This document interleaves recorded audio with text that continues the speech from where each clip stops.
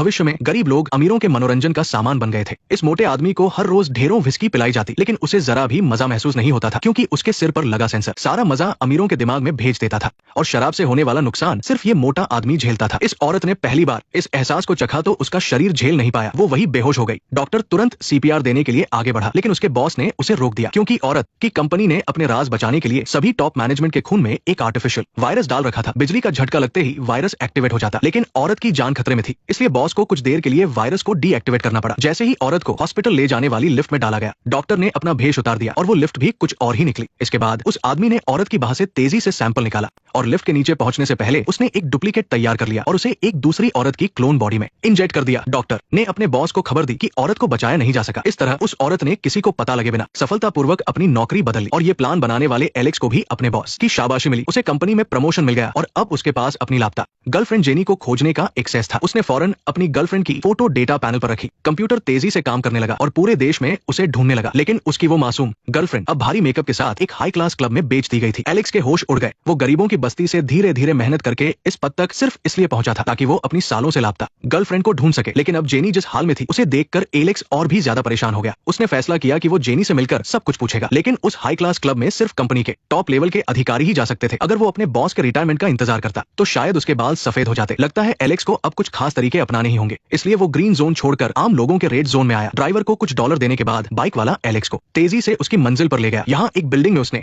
एक खास हथियार खरीदा। इसका ट्रिगर दबाते ही आसपास के कुछ मीटर के दायरे में मौजूद लोगों को उल्टी होने लगती, लेकिन हेडफोन लगाने पर इन खास साउंड वेव का कोई असर नहीं होता था। जल्द ही एलेक्स अपने बॉस के ऑफिस में पहुंचा और चुपके से टेबल के नीचे ट्रिगर दबा दिया। बॉस पर तुरंत इसका असर हुआ। वो बिना कुछ कहे सीधे वॉशरूम की तरफ भागा और एलेक्स ने मौके का फायदा उठाकर बॉस की कुर्सी पर बैठकर कंप्यूटर खोला। फिर अपनी जेब से पहले से तैयार किया हुआ सैंपल निकाला। खून की एक बूंद डिवाइस में जाते ही कंप्यूटर सफलतापूर्वक अनलॉक हो गया। आखिर में उसने कंपनी की सीक्रेट फाइलें एक ड्राइव में कॉपी कर ली। जब बॉस वापस आया तब तक एलेक्स अपना काम पूरा कर चुका था। जल्द ही छुट्टी का समय हो गया। सारे कर्मचारी लाइन में लगकर सिक्योरिटी चेक का इंतजार कर रहे थे, लेकिन जैसे ही एलेक्स सिक्योरिटी गार्ड के सामने आया, अचानक अलार्म बज उठा। दरअसल सिक्योरिटी लीक का सिग्नल बॉस के डिटेक्टर से आ रहा था। बॉस कुछ समझ पाता कि क्या हुआ इससे पहले ही सिक्योरिटी वालों ने उसके सिर पर बैग डालकर उसे पूछताछ वाले कमरे में भेज दिया। एलेक्स का प्लान कामयाब हो गया था। उसने कॉपी की हुई जानकारी चुपके से बॉस की जेब में डाल दी थी। अगर बॉस को निकाल दिया जाता तो उसे उसकी जगह लेने का मौका मिल जाता। इस समय बॉस को ले जाकर एक अंधेरे कमरे में बंद कर दिया गया था। सिक्योरिटी का चीफ खुद उससे पूछताछ कर रहा था। उसने बिना सोचे समझे टॉर्चर करना शुरू कर दिया। बेचारे बॉस ने इस जुल्म के बाद उस दिन जो कुछ भी हुआ था सब एक एक करके बता दिया। बताते समय चीफ ने गौर किया कि एलेक्स बॉस के ऑफिस में पहले भी आया था।